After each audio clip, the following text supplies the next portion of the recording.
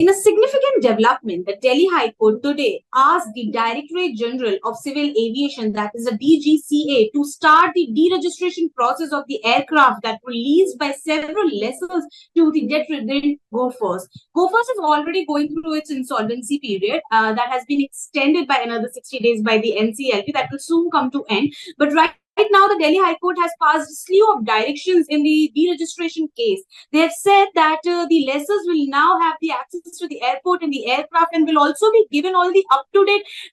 recent information about the airworthiness of the aircraft by the resolution professional of Gophers. Not only that, they will also be helped in either exporting their aircraft to wherever they rightly want the aircraft to be, and any other directions that they want, or if they do not wish to export their aircraft and want them to be used in a different way, or want to do something else with their aircraft, they can move for those steps, or they can make those moves.